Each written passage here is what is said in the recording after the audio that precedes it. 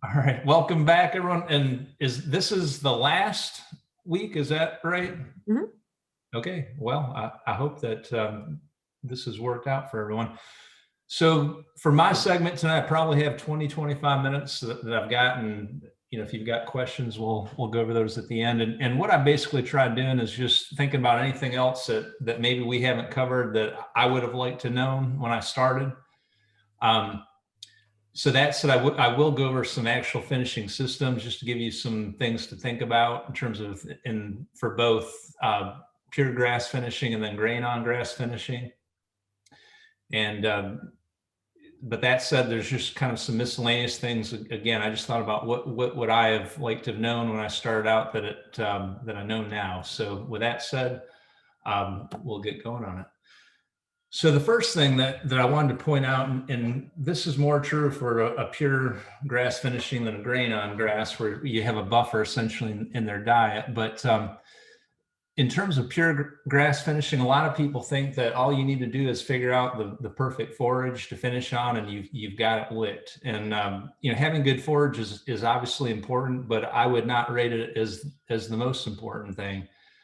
You can have great forages, but if your grazing management is just so, you're not going to do very well. So yeah, you want good forages. You don't need the best forages in the world to finish cattle. I would rather have decent forages and great grazing management than the other way around. And the way I like to think about it is, the forages are the instruments, but you are the orchestra. You've got essentially, how you manage those forages are going to depend on, and how you graze those forages, how you manage the cattle on them. That's going to determine how successful and how well you do in the actual finishing. So hopefully these are obvious, but probably worth saying with finishing. And the only reason I even go over this, I know a lot of people are coming from this from a cow-calf operation. And so let me just say what works in terms of grazing management for a cow-calf operation, typical kind of cow-calf operation, isn't necessarily going to work that well for finishing. So you need to realize that, and you need to manage your pastures a little bit differently. So first thing is, you definitely need to keep those forages vegetative or something very close to it. Again, if you're used to kind of typical cow herd management, that does fine with the cow herd. You're either going to, typically you're going to want to maybe bush hog your pastures a little bit tighter than you would with the cow herd type management. With finishing, that would be one piece of advice. So basically, key is, with a cow herd, you can make them finish or clean up pretty well. With a finishing group of cattle, you want them to be very selective. So no more than 40-50% utilization on a rotation, and preferably even less. So that would be your ideal. You can see the foreground, they just went onto that. The background's what they just got done grazing. And that's about the most you want them to clean up for a finishing animal, just as kind of a baseline.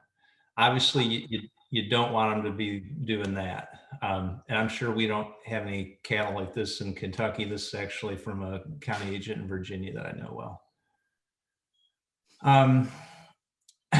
Some people try to finish cattle with their cow herd. Again, if you're coming from this from mainly a cow-calf operation, I do know people that have tried finishing cattle and just running them with a cow herd, and generally I would not recommend that. Again, just you're typically going to be pushing those cows more than you want finishing animals. But if your only option, if all you want to do is finish one animal, that is probably a better option than trying to run that animal by itself.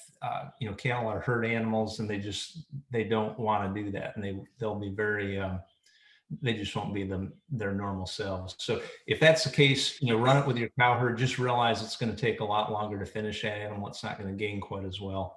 But I do know people that have done that. They just have had to wait usually well beyond 30 months before they're finished. This is probably more typical. If you're starting out, you're probably not going to be wanting to finish a dozen animals at one time. So it may only be 2 or 3. And a way to maybe do that efficiently, and I guess I'm assuming you're rotational grazing. If you're not, it's not a big deal. But if you're rotational grazing, you don't want to be out there moving 2 or 3 animals every day or even every second day. So One thing that we did this just a couple of years before we kind of ramped up, but we were finishing just like maybe 4 or 5 animals. And so what we did is kind of a blend of the two approaches. We basically just gave them really big blocks of pasture for the number of animals, and we just would typically rotate them like once a week or so. So loose rotations. But the key to doing that is you need to let them be very selective. You got to give them a lot more pasture than probably you think they need, because they'll soil a lot of that pasture just walking around. They won't eat it.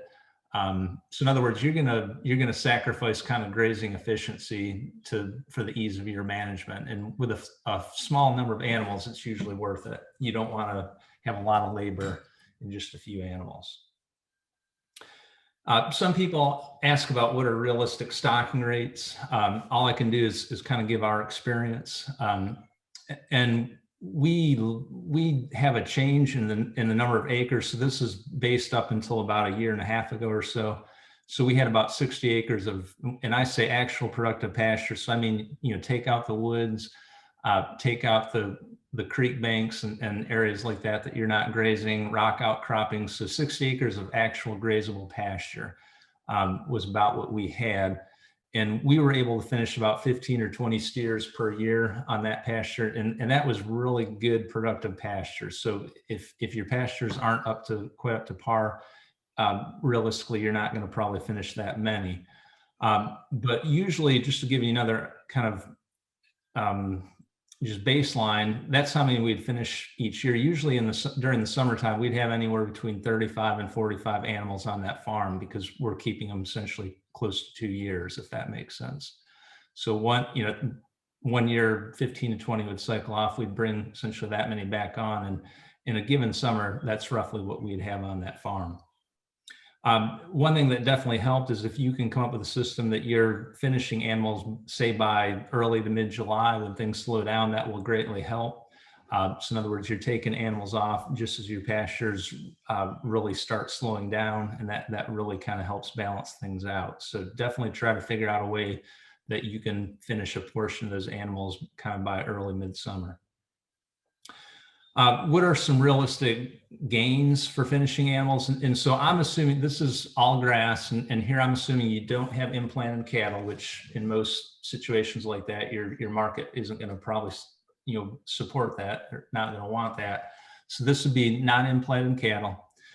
Kind of, and by the way, this is from Morrison's Feed and Feeding, and our experience is spot on with this. So yearlings, so calves that are on their first year of pasture, somewhere between 1 1/4, 1.5 pounds, and that would be for the entire grazing season, not just the first 2 or 3 months. So basically mid-April through mid-November.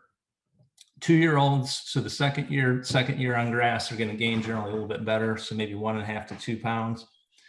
And then, but that would be for the grazing season, not the winter time. And that's a question a lot of people have. How quickly do we need to push them in the wintertime? Do we need really good gains? Can we get by with mediocre gains? So here's my advice here. And most of us probably understand or know about compensatory gain. And what that is basically, and what it usually refers to is if animals gain very slowly in the wintertime, then that next grazing season, at least the first couple of months, they'll have really good gains, sometimes almost unnaturally good gains. Basically, their body's compensating for that poor growth during the wintertime. So I was able to find this. It was from a Yearbook of Agriculture, 1939, but it's the only study I found that actually followed growing animals over 2 full grazing seasons and 2 winters. And so let me explain what they did here. They put those finishing animals on 3 different wintering gain, essentially options. So low gains, medium gains, high gains. And what they wanted to do is see how much of that gain, essentially in the low gain alternative, how much of that did they get back by the time that they're finished at 2.5 years. So in other words, they knew that they were the slow gainers during the wintertime would gain better in the summer. The question was, to what extent would they get that back? So this looked at that. I kind of normalized here. So the low gains, I just put a dash there, they gain more than 0, but just think of that as the baseline. The medium gain group gained 54 pounds addition over the 2 winters, and then the high gain group gained 130 pounds more than that low gain group did. And what I'm going to show you next is how much did the medium and high gain groups, how much did they gain total by the end of the 2.5 years before they were killed. So essentially the medium group just gained, essentially by when they're done, they only were on average 5 pounds heavier than the low gain group during the wintertime. And the high gain group was 37 pounds heavier than the low gain group. Another way of looking at this is out of that 130 pounds extra that they gained during the wintertime, they only essentially kept 37 of that by the end of that second grazing season. Put another way, it took roughly 3.5 pounds of winter gain to come up with 1 additional pound of gain by the end of that 2.5 years. So the point here is that if winter gain is expensive, which it typically is, to say go from 0.5 pound to 1 pound or 1 pound to 1.5 pound, it may not make economic sense to do that if you can put those gains on cheaper during the grazing season. This was also recommended by Morrison's Feed and Feeding. And again, this was a time in the 1930s that they finished a lot of cattle on pasture. So they had a lot of experience. So what they recommended is if they're going back onto pasture, to have those animals gain about 0.5 pound to 1 pound a day over the winter time. Basically what they said is 0.5 pound a day will ensure that you have full frame development. So in other words, in that situation, they would probably lose a little bit of condition, but they would fully grow out their frame compared to the higher gained animals. And then they would put that gain back on during the summer. Then about 1 pound a day actually maintained flesh, essentially kept their body condition and developed that full frame. So somewhere between there is probably what you want to shoot for. What are realistic gains based on forages? This also is Morrison's Feed and Feeding. So really good quality alfalfa or clover hay, about 1 pound a day is what they typically found. And on good mixed grass hay, and by good, that probably doesn't mean cut in early July or late June. It probably means cut in late May, early June would be my guess. Somewhere between 0.5 pound and 3/4 pound a day. There's a farm in Tennessee that I'm part of a group down there that we get together a couple times a year and just kind of go over management strategies. And this particular farm essentially subbed out their winter feeding on they're also a cow-calf operation. And that year they just had too much going on with their finishing animals. So they actually subbed it out, some that they knew and thought and were pretty sure they'd do a good job. And they basically fed those steers on high quality baleage and then winter annuals that they'd started in late summer, early fall. Their average gain over the entire winter was 0.6 pounds a day. And my friend that I know out there was shocked because he was sure they were going to gain 1.5 pounds a day on that. The point being, it's hard to really get a whole lot better than 1 pound a day unless you're supplementing those animals during the winter time. We're going to go over a few production systems here. This is, there are other ones in this. These are some basic ones that we use. And then I'll do one for grain on grass also. So don't think of these as your only options, but think of these as a good place to start to experiment with and kind of adapt your own system. So this would be for spring-born calves. And this is essentially what we're doing. So when they're weaned, we're getting those calves from a couple different farms. So if they're weaned, say at 7.5 months, maybe 8 months, they're gonna come in around 550 pounds. So this would be in the fall time. They'd go through one winter. Hopefully we're going to put on about 100 pounds over the course of that entire winter. So that hopefully up to about 650 pounds coming out of winter into their first grazing season. If we do everything right, and this is with really good grazing management, we may put on 300 pounds. So up to about 950 pounds, that would be mid-November. Hopefully put another 100 pounds over on the winter time. So they're going to go into their second grazing season, a little over 1,000 pounds, 1,005 or 1,050. And then we're going to hopefully bring them up to about 1,250, hopefully even higher than that, maybe 1,350, somewhere between late summer and fall. So somewhere in there, that is what I would say is a realistic system if you're pure grass. So this would be no supplementation here. And they're going to be somewhere within that time, that age, 26 to 30 months old. Now, one thing I will say about spring-born calves, if you can get ones that are born in between February and March, that will give you a little bit more flexibility in getting them finished earlier. So kind of like by mid summer. And again, that gives, if you're able to do that, reduce your stocking rate, that's going to give you more flexibility on that farm to potentially stock a little bit higher than you would otherwise. Get them finished by early mid-July. Later born calves, say May, June, they're obviously going to take more time to finish. So it's more likely those are going to be kind of late fall. And you're going to start burning through your stockpile if most of your calves are kind of in that situation, or your finishing animals are in that situation. So it's good to kind of have a mix between those. And we usually do. We'll have calves born early all the way through early summer. Fall-born calves are a little bit trickier. So, we will get those typically in spring. They're going to weigh usually a little bit less. So say 525, put them through the first grazing season, hopefully get up to low 800. So 825, again, try to put 100 pounds on them over the winter time. So maybe 925 coming out of that first winter. Then hopefully finish those in fall. So somewhere between September and November. And you'll notice that I have the weight lower here, and that's just because these calves are younger. They're going to be somewhere between 24 and 26 months. And that said, and this is one thing in that producer's guide publication that we wrote, we said basically, it's fairly easy to finish fall-born calves by the end of their second fall. And I definitely would change that now. So you've got to have really good management to get them finished by October, November. They're typically going to be smaller than the spring-born calves, kind of doing that same thing. And we're starting to change our strategy on this. So, the ones that are doing really good, we'll be able to harvest those by their second fall. But we have no problem now keeping some of those over winter and finishing them and harvesting them in May and June. They'll be well over 30 months, like 32, 33 months. But your yield is going to go exponentially increase over what you would have got in the fall if they didn't look that good in the fall, and also the grade. Those steaks that Kenny and I both have showed you that were all mid-choice, that was that situation. Those were actually 3 animals that were doing the kind of the poorest out of the group that we originally planned on harvesting in that previous fall.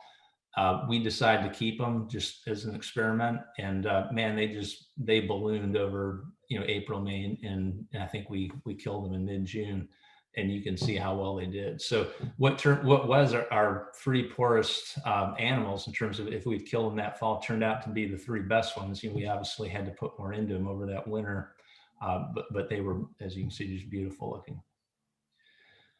And that will also help balance that forage curve. So if you harvest those animals in June or early July, again, that will take poundage off your pastures to help balance that forage curve. What is the biggest mistake that I see? And I see this all the time, probably like 2/3 of the people that try finishing on pure grass I see do this. So this was that system for spring-born calves that we're going to take until about 26, 28 months, hopefully get up to 1,250, even 1,350 pounds or more.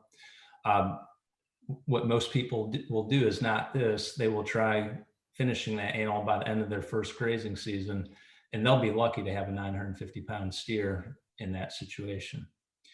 How is that going to affect your profitability? So I'm going to show you 4 different animals. First 2 were 2 animals that we harvested off our farm.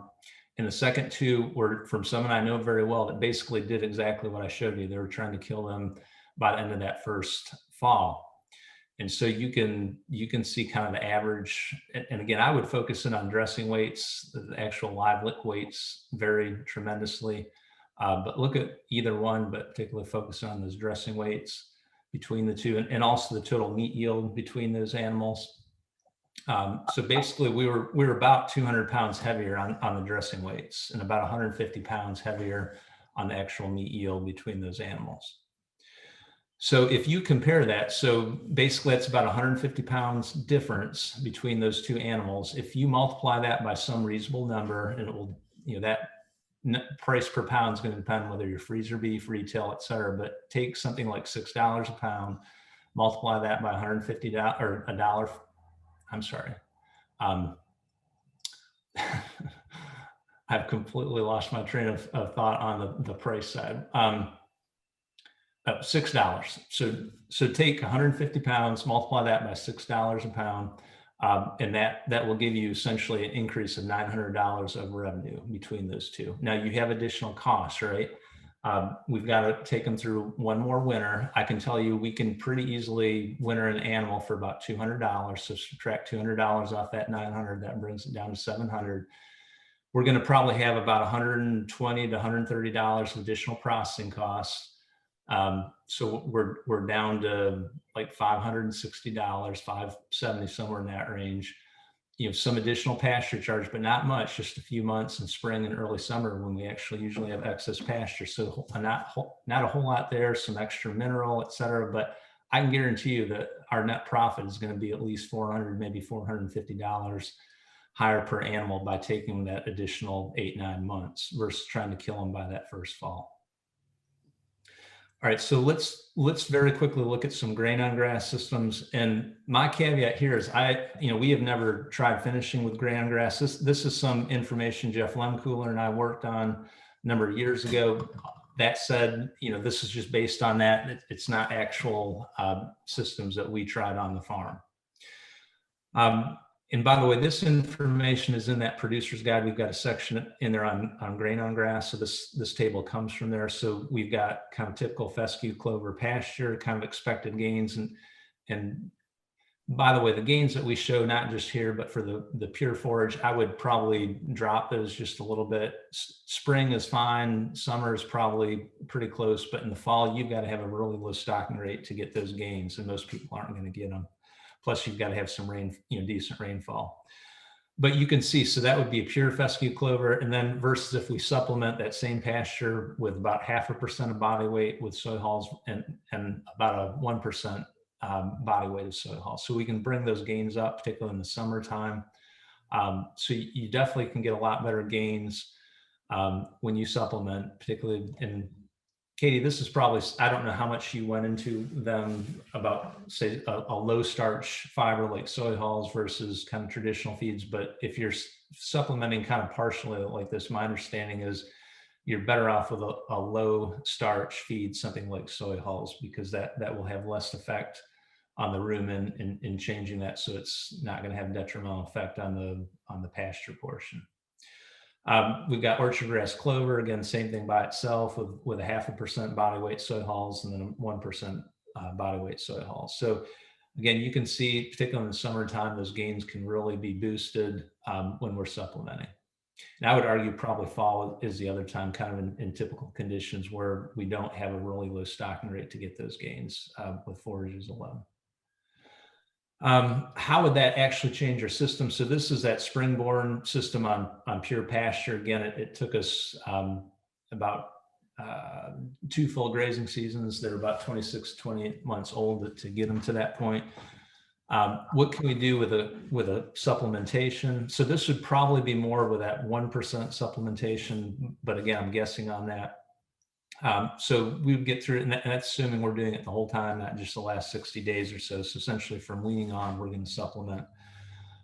We'd come through that first winter, maybe 700, 750 pounds, come through that first grazing season at hopefully 1,100 pounds.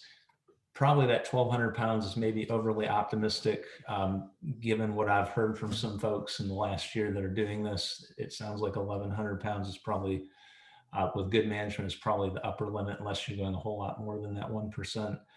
But basically, they're getting an animal that has at least decent marbling, mid-select, maybe high select, occasionally low choice, but they're getting it done by the end of that first fall, which for a lot of people is really important. So 18, 20 months old. So if you absolutely have to, kill animals before that second winter, you're definitely going to want to supplement here in the upper South and probably just about anywhere. Some useful resources. That producer's guide is on the left. That's just a picture of it. If you're doing kind of a mainly pure grass approach, that book on the right, Grass Fed to Finish, is a really good guide. I read through that book 2 or 3 times, over the course of a few years when I was getting started, just to answer a lot of questions that, I didn't know at the time. So those are probably the best two resources I can recommend, particularly if it's mainly a true pasture-based finishing approach, not pure grain. Kenny and I were involved in this 3-state webinar, Kentucky, Virginia, and West Virginia. It was in August, and we had essentially 3 days of presentations. That link below that, the ULR, that will take you to a site, Virginia Forage and Grassland Council, where those videos are housed. So if you want more information, particularly on a true pasture-based approach, that's probably the best series of videos that I've seen on it. The URL, and I guess you were sent a link or maybe a PDF of that producer's guide. There's the URL for that. And then I've also got a pasture finishing tool, kind of Excel-based spreadsheet that you can put in your expected gains, your essentially, your weaning weights, how much you expect them to gain during spring, fall, winter, et cetera. It has a place for budgets on it to put in your costs, how much you're expecting to sell for, how much you expect to not sell. Like I told you, expect at least a couple percent, either if you're doing retail that you're getting out of samples. Again, your freezer, something going wrong with your freezer every 10 years, losing some meat that way, et cetera. Or in our case, having a customer that we're pretty sure some of his meat got stolen, we gave him a break on his bill, that sort of thing. That said, I think we, even with the problem at the beginning, hopefully we have a few minutes for questions here. Absolutely. If anybody has questions, feel free to ask. I wanted to add I added the website to take it to the budgets that you all have worked on. Those are really great opportunities if you're not sure where to start with figuring up your expenses. And there's other commodities listed on there too. Can't recommend those enough. It's a really helpful tool if you haven't used those before.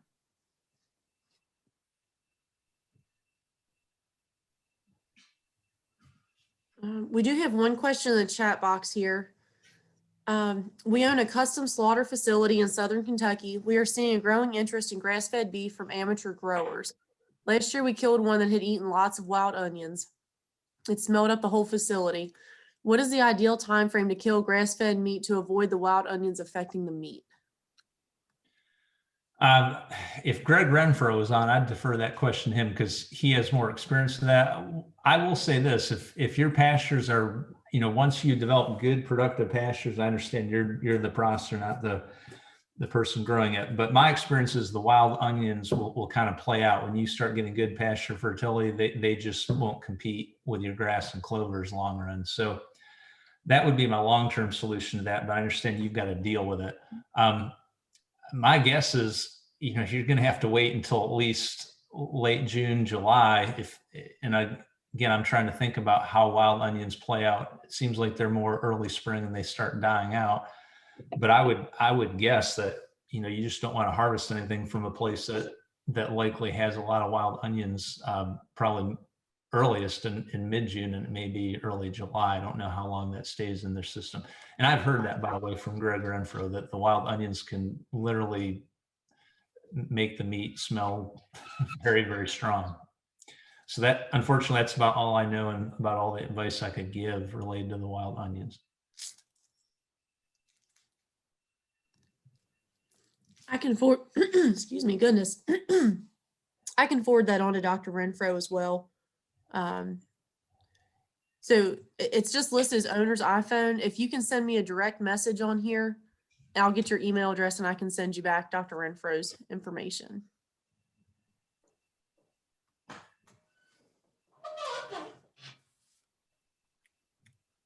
So if you have questions, feel free to unmute or type them in the chat box here.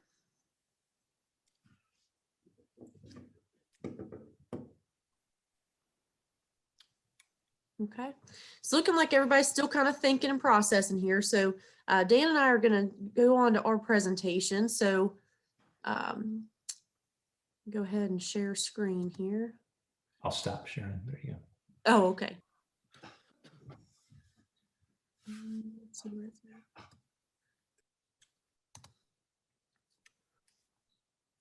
Dan, are you ready for this section? Sure, let's roll. Okay. All right. I'll let you kick it off here and I'm getting this ready. Okay, so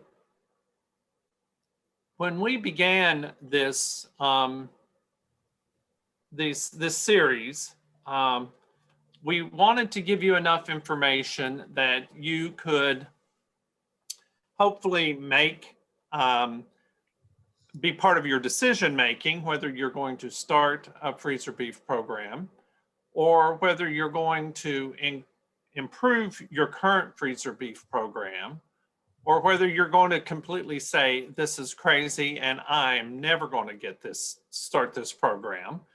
But Michelle and I wanted to give you a little tool to help you hopefully evaluate where you are and where you want to go with the freezer beef program. And if you're truly ready for it, by doing a SWOT analysis. Michelle, would you go to the next slide, please?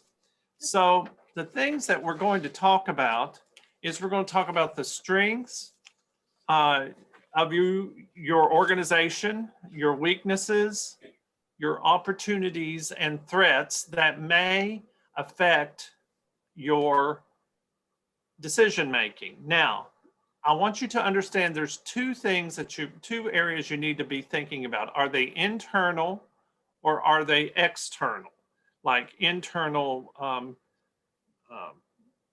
might be something like your strengths or weaknesses or so on and so forth. Like, are they internal or are they external? Are there factors that I can do and that I have control over, or are they factors that I don't have control over? So Michelle, would you go to the next one? So a SWOT analysis, really, it's deliberate planning. It's a method to evaluate this, and it needs to be done. And I say this to every farm operator that's starting something new, a new enterprise, is to do a SWOT analysis often, is to do it initially, and then go, every 3 months, every 6 months, whatever may seem appropriate, and kind of redo it and see if you're still on track, or if you still are finding these factors to be part of your operation. And are they really, are my strengths still there? Are my weaknesses still there? Am I getting stronger, and are my weaknesses becoming less prevalent? Are my opportunities increasing? Are the threats decreasing? So let's go on to the next one, Michelle. So your rationale is your farm operation needs to make a deliberate planning strategies to ensure the farm has a successful freezer beef program. So tonight we're going to talk about the next slide. The objectives tonight is to understand how SWOT will affect your future planning. And we're going with the end of this being a scenario that we want to open up to a bit of discussion for all of you. Michelle and I, we worked through a scenario that seems to be rather typical of a small cattle operation in our area that wants to do freezer beef. We've made up names to protect the innocent. We've kind of put in a scenario that we want everyone to participate in. And so when we get to that point, we'll talk about it together collectively. Now, Michelle's going to start with the next part. She's going to talk to you about strengths of your organization and things that you can do well. All righty. Thank you, Dan. Yeah, the biggest thing with this SWOT analysis, a lot of people in the ag industry are very visual learners. This is a great way to put it on paper. You could be thinking of something, think, yeah, I'm set to go. I've got everything lined up. I've got A, B, C, and D. And it's easy to kind of overlook the challenges. And it's easy for those little challenges that are kind of in the back of your mind to become much bigger once you get into it. So, it's an important part of the planning process to have everything out on paper, know what your resources are, know what you are really good at, know what your strengths are, before you get into something, maybe, the kind of the term bite off more than you can chew ahead of time. If you can identify these weaknesses at before at the start of this operation, you can kind of take those steps. If it's something you need to learn more about, you can do that. You know, that way you're not diving headfirst into something that you might regret later. But so when we're referring to strengths, we're talking about those internal attributes or talents of the farm. You know, what are your strengths? What are your talents? What do you do well? Are you a numbers person? Are you really great on the record keeping? You know, what advantages do you have? Did you grow up doing this? Have you done it before? Do you have facilities set up already? Do you have a ration built already? You just kind of getting back into it, or you're just looking to improve on what you're already doing? What are your resources? Do you have a good relationship with your feed supplier? Do you have plenty of access to land? Things like that. You know, what do others acknowledge as your strength? What do people come to you for? You know, these are all things to keep in mind. They're all things that are work towards a positive, towards your operation. Okay, so on the flip side of that, unfortunately, there are the weaknesses that we have to keep in mind here. And, you know, this is the hard part in a lot of cases, to identify, you know, where, you know, because you get excited about a new enterprise and things like that. Sometimes it's hard to kind of face the facts on what weakness you might have. But, you know, kind of the way I like to look at this stuff is it might be a weakness, but you can always find a solution. Find a solution to a way to improve or a way to make it better. Okay, so the weaknesses are, we consider the internal attributes or less adequate parts of an organization that are harmful to achieving the goals of the farm. Okay, so we'll use the financial one. If you're not a numbers person, if you're not great at creating budgets, you could do an awesome job and finish out the best looking carcasses that anybody's ever seen that sell great, but maybe your costs are so out of whack that you're not actually breaking even. You know, that's an issue we see a lot of times. People aren't really aware of, the spending on the farm, and it doesn't end up penciling out for them. And, you know, you can only get by doing that so long before it's going to catch up with you. So kind of look at it this way, you know, what can you do better? Where are your risks? What's the most inefficient part of the farm? And then what do we lack? So, you know, another thing might to be consider, if you've only ever grazed calves or grazed cows and sold them off, maybe you don't have a winter feeding area. Maybe you don't have a place to get the calves up to work them.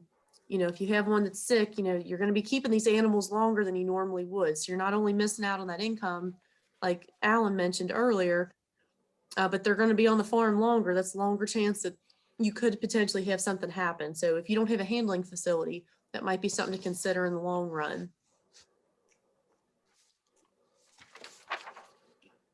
Okay, so identifying those weaknesses, that could be the broken link in the chain there. So Dan, did you want to take the opportunities section? Sure. Okay. Okay, so let's look, but if we look at opportunities, we really have to think of these as external conditions that are helpful to achieving our farm goal. Now, this area here, I like to refer to as, this is where your salesmanship will come into play. Now, I have worked been around the agriculture community my entire life, and I can tell you the one thing that farmers are not always great at is salesmanship. They sell themselves short many times, but they also are great at selling their farm operation or their farming practices or their product to each other.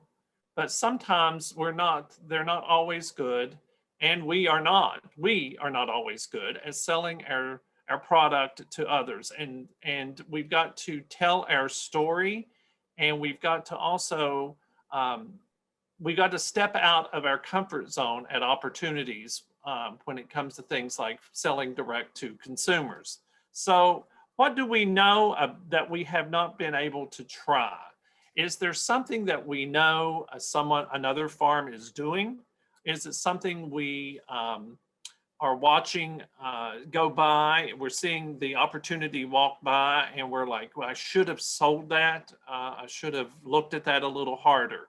A good, for instance, is we go to a big grocer chain and we look in their meat case, and you're walking by and you're thinking, I raise my beef looks as good as that, or my beef, I raise meat that looks that good, or I raise a product that looks that good.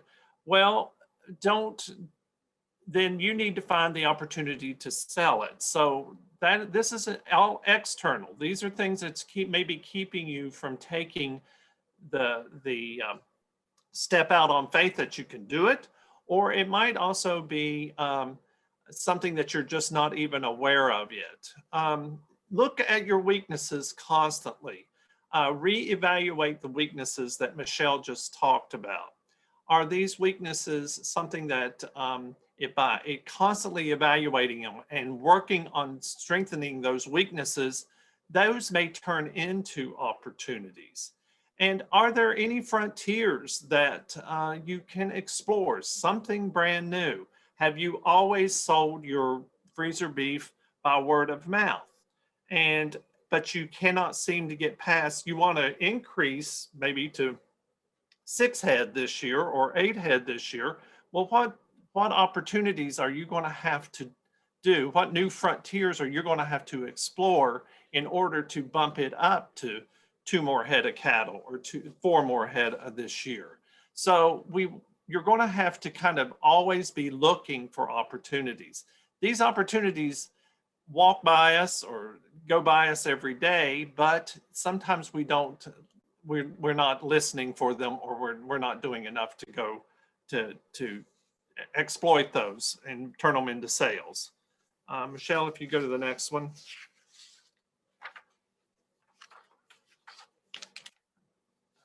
So the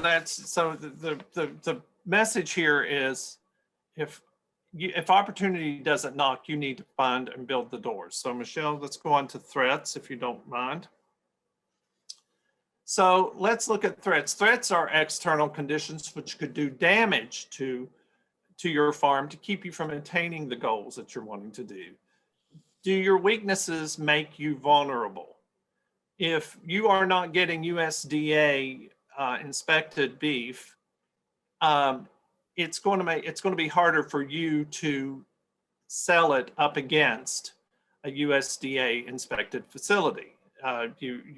That's a weakness. That's going to make you vulnerable. People are not going to trust you. What issues lie beyond our control that block the progress of our farm? Let's face it, the big box stores are one of our threats. And we as small operators cannot do anything to change that situation. They're always going to be there as a threat. So you need to think of like, okay, I have to take that threat and turn it into an opportunity. It's like, if you go to a small mom and pop hardware store, I just had this conversation today with my neighbor. He goes to the small mom and pop hardware store because he knows that he's going to get service.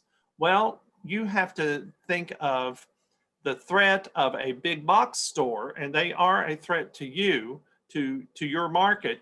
You have to think, how can I set myself apart from them to create an opportunity to sell it? It might be, I can talk about the sustainability, the carbon footprint. It's the buying local, keeping the money in the county is a great conversation to have. Is to developing a relationship with the particular customer. Those are all ways of overcoming a threat. And are there other farm operations like yours that are doing things differently? What are they doing differently? That could be threatening your market and your opportunity to sell. Are they offering delivery? Are they sending them Christmas cards and birthday cards? I mean, this may sound like trivial stuff, but this all matters, because with the freezer beef program, as we know from the vegetable produce business, it's a whole lot about developing relationships. And we can overcome a lot of our threats in this industry by just developing those good working relationships and good customer service relationships. Are there demographic changes that can negatively affect our business? And that can happen and it not be anything that you did or that you would be aware of. But I will tell you, if you want to know about demographics in this county and every county in the state, I'm do a little plug here for UK. We have the CEDIC, which is our Community Economic Development Initiative in Kentucky, that can tell you about all the demographics of your county, and that might help you find a niche market, and that demographic change may, or knowing the demographics may not be a threat as much. So we're going to go on now to the actual scenario. Michelle, if you go to the next one. And I'm going to read this out loud only, next one, please. Only because we do have some people on the phone, and I want to open this up after I read it to you. We're going to start opening it up to for some discussion. For 7 years, Alex and Laura have operated a 40-acre cow-calf and farmers market vegetable farm here in northern Kentucky. Laura was raised on a cow-calf farm. Before owning this farm, Alex had never farmed.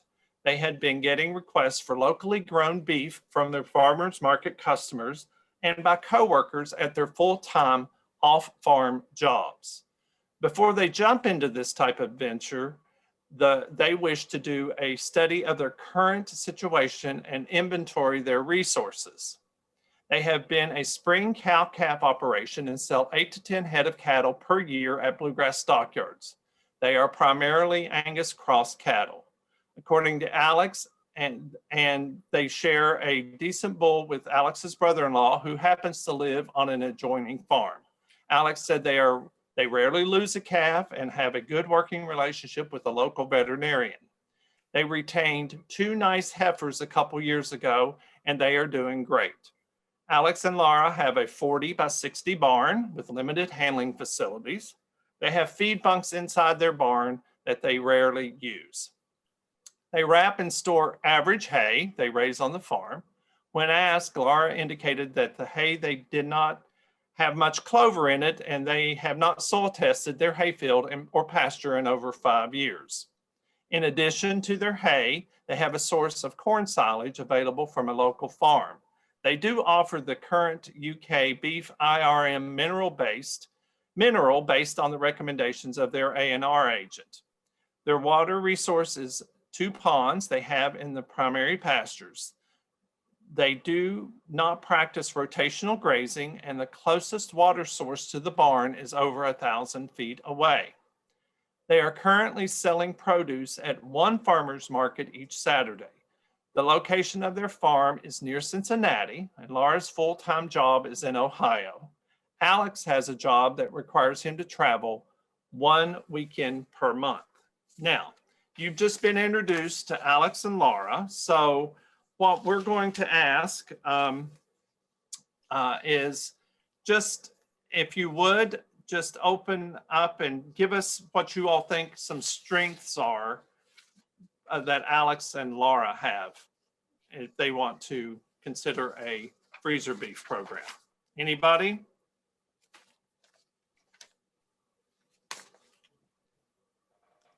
Well, they have contacts.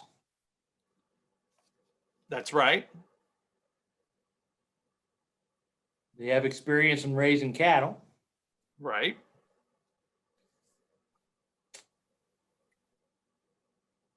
What about facilities?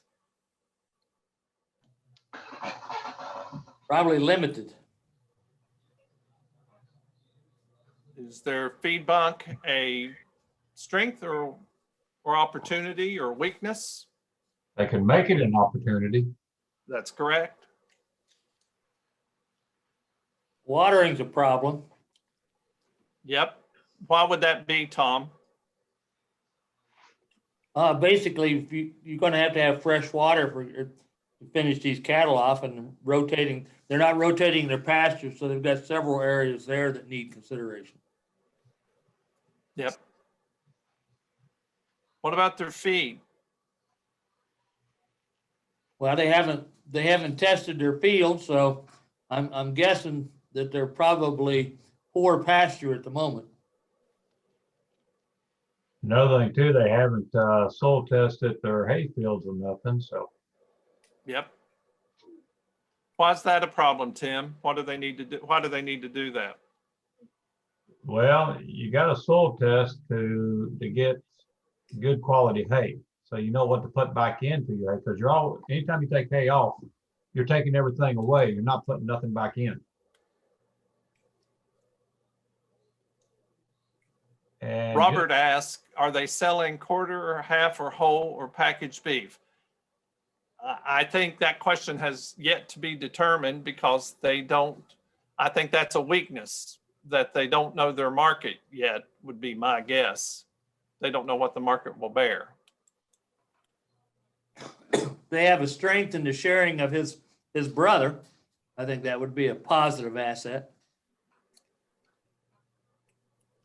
Yep, very good. Full cost in a bull, so at least they're sharing some cost expense there. Yep. but then to raise the Pretty good too for feed, wouldn't it? I'm sorry, what'd you say, Tom? The silage would be a good source of feed. Yep. It's available now. one thing I see here too is that, how long would it take them to start their operation? Because you get your beef up to say 1,200 pounds to get good quality meat. Right. So there's going to be,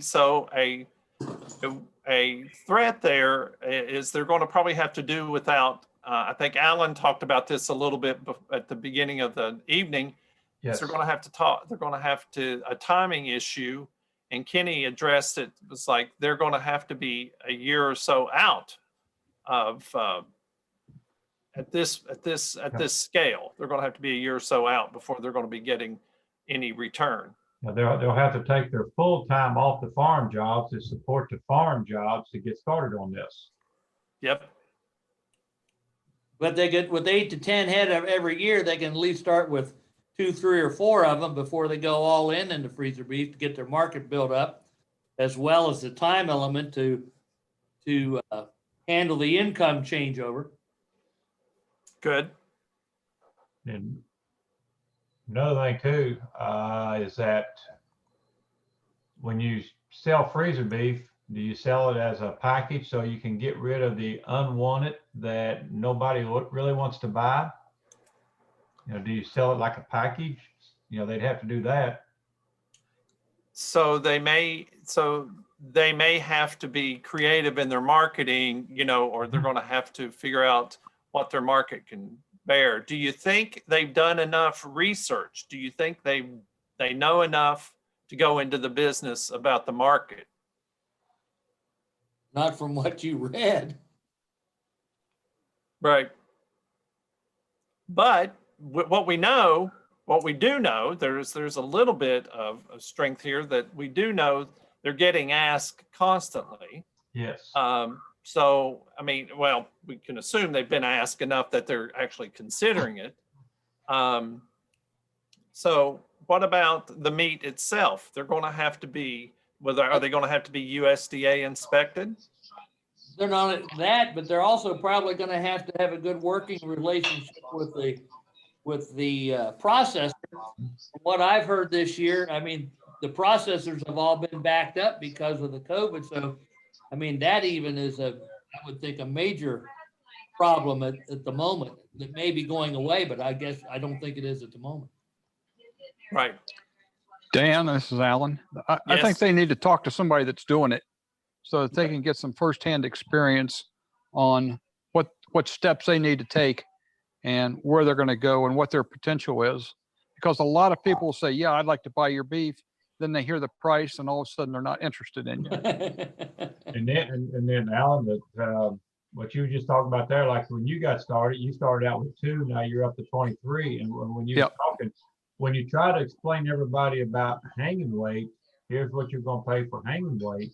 Yep. That is, now are they selling it, like you said, in the quarters? Are they selling it as packaged meat? That's the thing there. What avenue do they really want to go down? Exactly.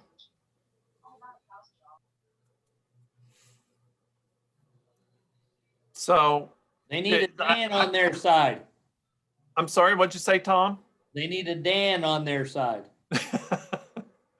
Well, here's the other thing that I really think that they have a strength here is they already have a good relationship with their vet.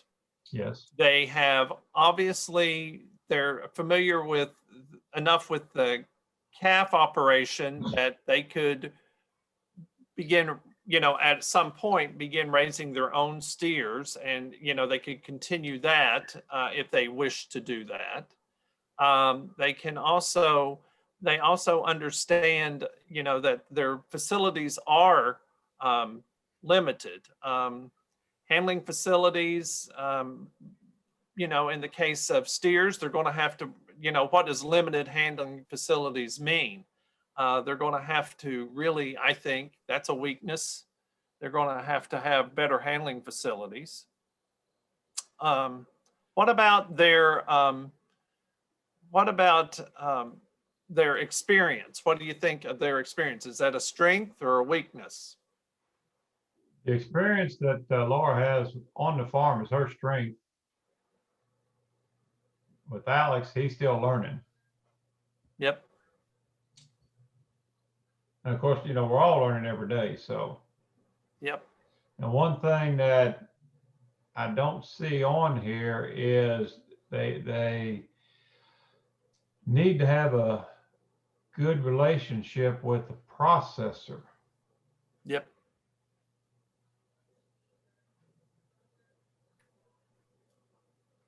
Another thing too, Dan, that they need to consider is I started out processing all my heifers first, and I would sell my steers on CPH. And it took till I got through all my heifers and started to have to keep steers before I started doing that. And that gave me the extra income from steers. And because obviously I was getting less for heifers, it took me a little bit longer to finish them.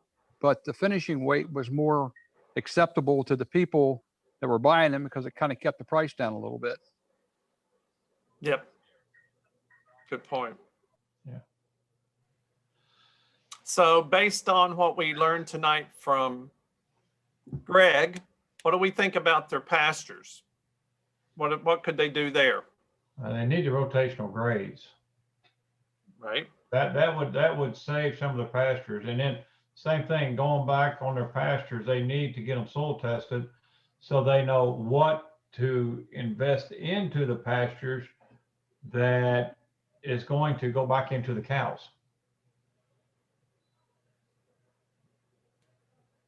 So any of the specialists, based on what you see here, what would you all, Kenny, Greg, anyone want to chime in here? Some things that you see?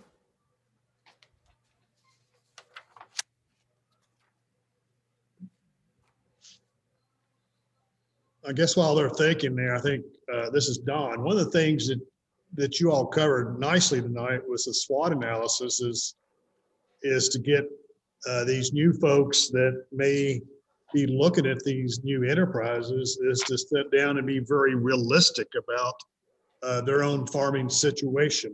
Do they have the land resources to increase production? Do they have the time allocated that's going to be needed here? Do they have the needed facilities? Do they have marketing skills? Do they, what are the opportunities here? Do they, is this, how do they fit this new scenario? And if they don't fit it, what needs to be changed and can they change? And have an understanding of what is good and what is not so good in this transition into a new enterprise needs to be understood. And I think as an extension, sometimes I'm about as bad as it gets. I'm more of a production type of agent, but in reality, sometimes you're better off starting at the very end of a scale and working, okay, what is the budget? What's the revenue source? What's the expense associated with these? And making sure you have your marketing and budgets in place in a realistic way, so that that helps guide you into these new endeavors with a clear understanding of what your opportunities are and expectations you're going to have to make in order to make this a more productive opportunity. So this scenario, it's a matter of just sitting down and saying, okay, what are they presently doing that's okay?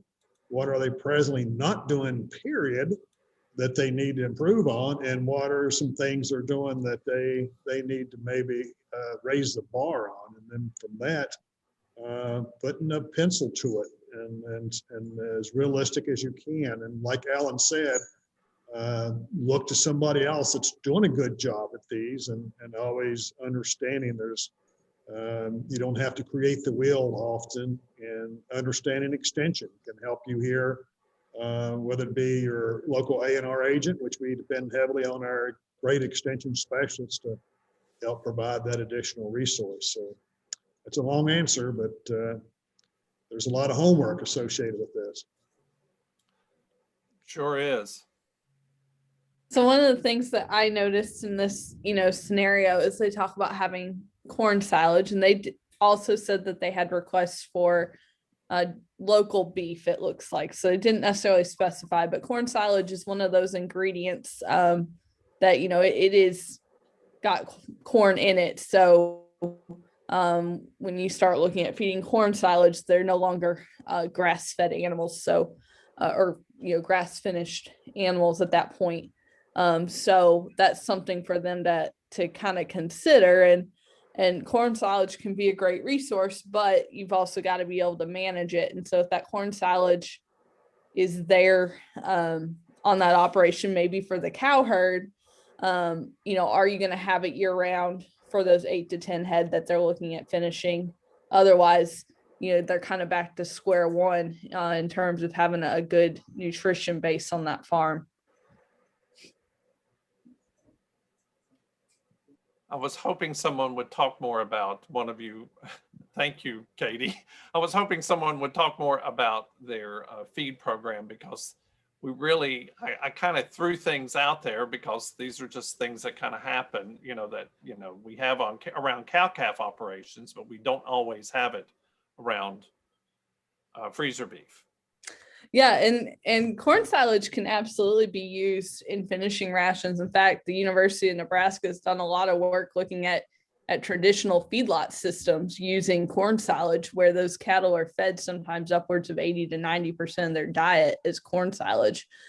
So it can be a really good source, but again, if you're only having it around for 8 or 10 head, that can sometimes be a struggle, especially in the summer months, to manage that.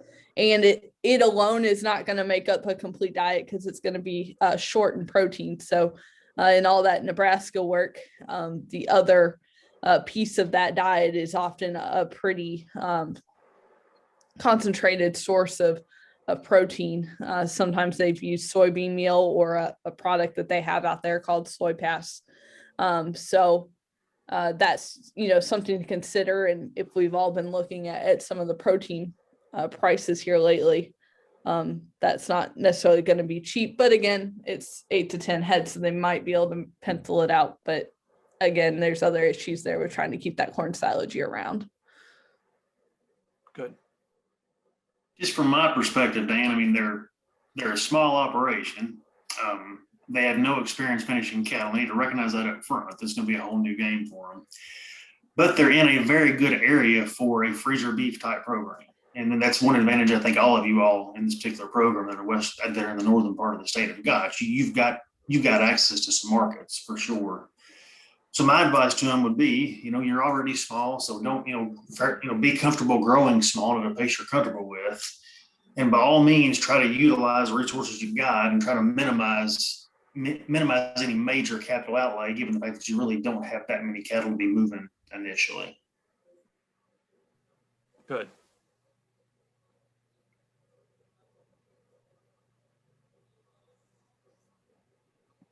Any other input, any other observations from this scenario? Someone may have mentioned this, but they also are in a unique opportunity that they are selling vegetables at a farmer's market. So they already are there. They're just potentially adding another product to that. So essentially that significantly reduces their marketing expense if they choose to go that route.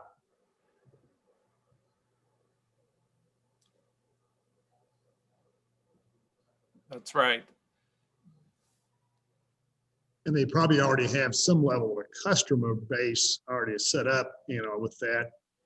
So they may have a better opportunity to break into that new market opportunity with their existing customers, or at least get a feel for what the opportunities and the demand might be for a new product that they might offer. So they could actually do a little questionnaire or do their homework and come up with some potential markets for something they could produce at a later time. And Don, that kind of makes me ask the question, do they know their threats? Do they know all their threats? Do they Probably know not. who else is in this business besides? Right.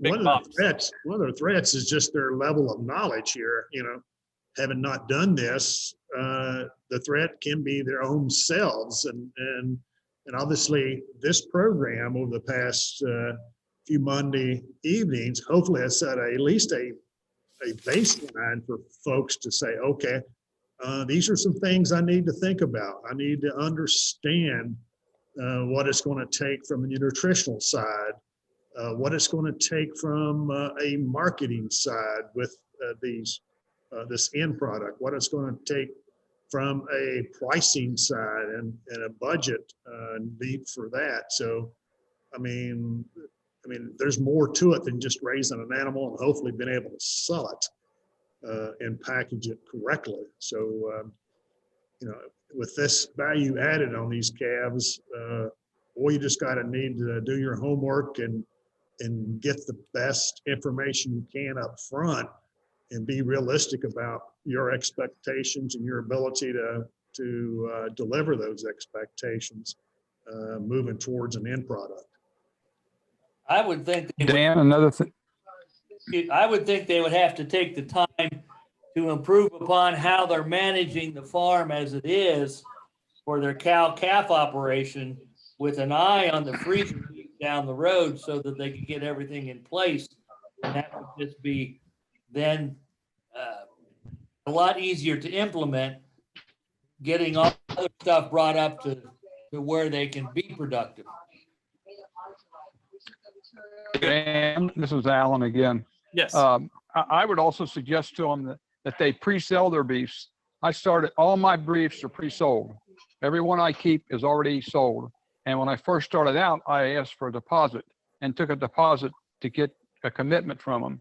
I'm at the point now where I don't bother with the deposit because most of them are repeat customers and everything. But just starting out, I would recommend them to go with a pre-sold, tell them when it's going to be ready, and have a deposit put down.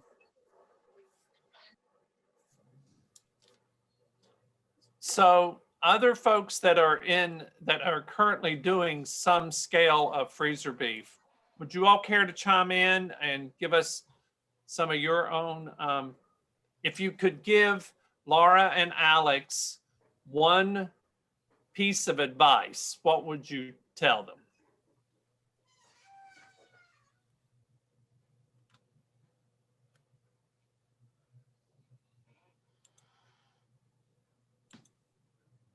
Anybody? One thing Know your expenses. Know your expenses. Good Yeah. one. And then go talk to somebody that's at a farmer's market that already sells beef. Or like Alan said, talk to somebody like him that has done this so that they can get a different perspective from somebody doing it. And Tim, when you talk to people, you don't want to just talk to one. You want to actually talk to as many as you can. Yes. A lot of times the farmers know who's doing a good job. And we use the word a good job. And I think there's something to be said about that because not everybody's doing a great job. You know, I remember back in the summer when Katie, when y'all had the program on freezer beef, I think with K-Card, I think the folks from Trackside said something like 80% of the animals brought into their harvesting facility as finished cattle were not finished. Maybe it was even more than that. So it depends on what you're looking at there, but you know, it's, you know, eye on the end product and what it takes to get there is pretty much, you got to do your homework. Well, and like you were saying earlier, Don, that, you know, some people, when they say grain finished, well, they give them, I think it was Katie maybe said this, that they give them a gallon a day. That's not grain finished. Yeah. They might say, oh, I'll give them, give 10 animals a 5-gallon bucket. You know, everything is Right. associated. They have no idea what percent of body weight that might be in reality and what it's going to take if they're looking for that type of gain using grain, or whether it's just, if you're looking on the forage diet, folks, you have got to be focused on forages, and you've got to maximize gain and based on your ability to provide the best forages out there. Keep in mind, here in Northern Kentucky, and I'll just speak for Campbell County, and you folks that are on here from Campbell, you know about the challenges we deal with here with something like slope. We're not bluegrass, and we're small producers. We've got you know, hills to manage, and they are sometimes a little more challenging.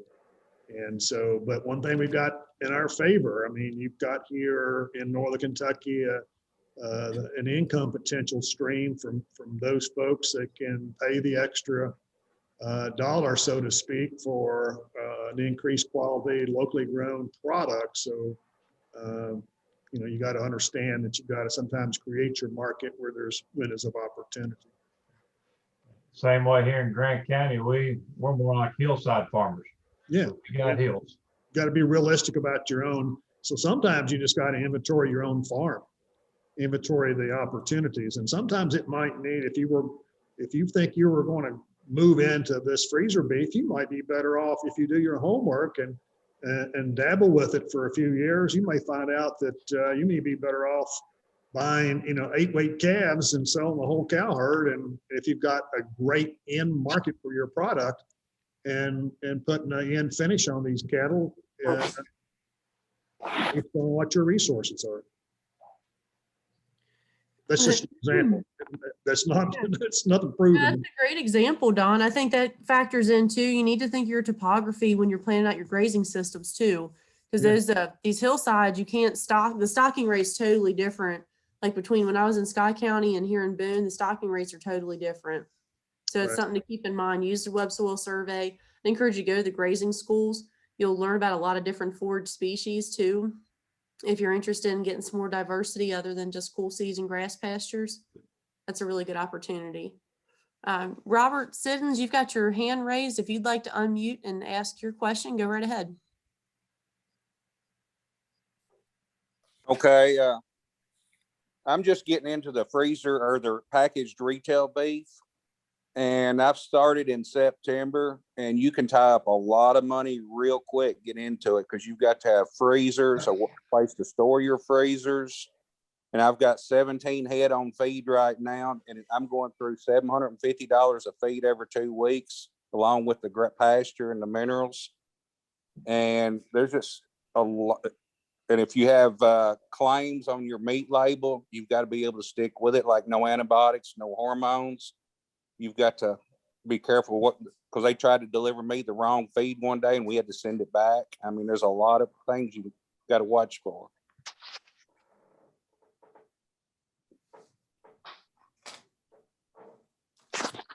Those are all really good points. That's, you can't stress enough, knowing what your expenses are right there to do with the charge to make sure you're making a profit.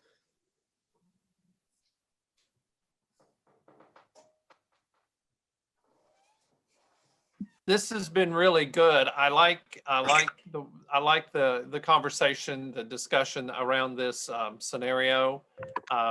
We wanted to just give you enough we hope to set it into motion, and I think we did a pretty good job here. So anyway, if Michelle is going to now talk a little bit about our where we're going from here with a survey and how we would like to keep up with you all a little bit, because we want to hear your story and how you're doing as we progress through a little bit. So Michelle, you want to take it from here? Sure. Yeah, so we're putting together a survey. The main purpose for this, we want to see, like we said at the very beginning, this is sort of a pilot program. So, we want to see how well we did for you, what parts you liked the best, what parts you would have liked to learn more about. For the next time, is there something that we didn't cover that you would have liked to seen included? So we're going to have some open-ended questions on the survey. We're going to have some others to kind of rate yourself. How comfortable were you with finishing cattle prior to the program? And then, how comfortable are you after completing the program? Pretty straightforward stuff. If you've gone to extension programs, I'm sure you're familiar with how a lot of them look. But that's going to get sent out tomorrow. Ag Communications at UK has been nice enough to edit these videos and put them on YouTube for us. So I'm going to put a spot on the Boone County website, and we're going to have all the YouTube links from all the presentations there. Also, a PDF of the PowerPoints will be available there on the website as well. So I'll type that into the chat box so you guys have that. In addition, Dan and I would like to follow up with everyone, maybe 3 months down the road at different intervals. So we'll work off of this email list that we got. So be looking for stuff coming in. We just want to see how things are going for you guys. Hopefully this was positive. Hopefully you learned something, had some good takeaway points on how to improve, or just learn more about it. So that's what we're going to be following up to get more information about from there.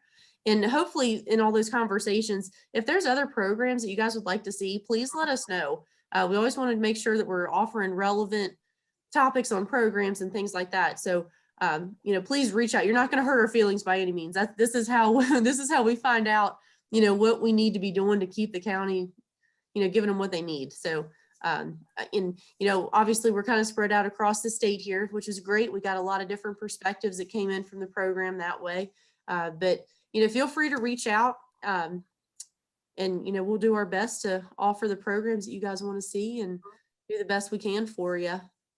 I guess as a little plug in too, Kenny, do you want to talk about the cow-calf profitability conference that's going to be coming up this week? Or you and Greg, sorry. Yeah, I know Greg and I can sure put a plug in for those. So starting tomorrow night, Tuesday night, Wednesday night, and Thursday night, we're going to be offering our cow-calf conference that we started back in 2020, and we're going to offer them in a virtual format. So it'll be roughly from 7 to 9 Eastern each of those 3 nights. Tuesday, Wednesday, and Thursday this week. That's the 23rd, 24th, and 25th of March. First night will be intro, and then focus largely on managing hay production cost and alternatives to save money on hay. The second night will be focused on bale grazing and herd management and decision-making strategies. And then session 3, Thursday night, will be tax implications, stocking rates, and managing breeding stock investments, and what can be paid for a bred heifer. So we think it'll be a full 3 nights of programming that'll have a lot of impact on cow-calf operators. So you still have time to register. So reach out to your county agents if you have not seen that, and register for the programs, and we will look forward to seeing you. Thanks, Michelle. Thank you guys. And once again, thank you guys so much for being willing to speak to the groups here. We've got a great group of beef specialists and ag economic specialists here that spent their Mondays with us, and wanted to give a thank you to you all for participating.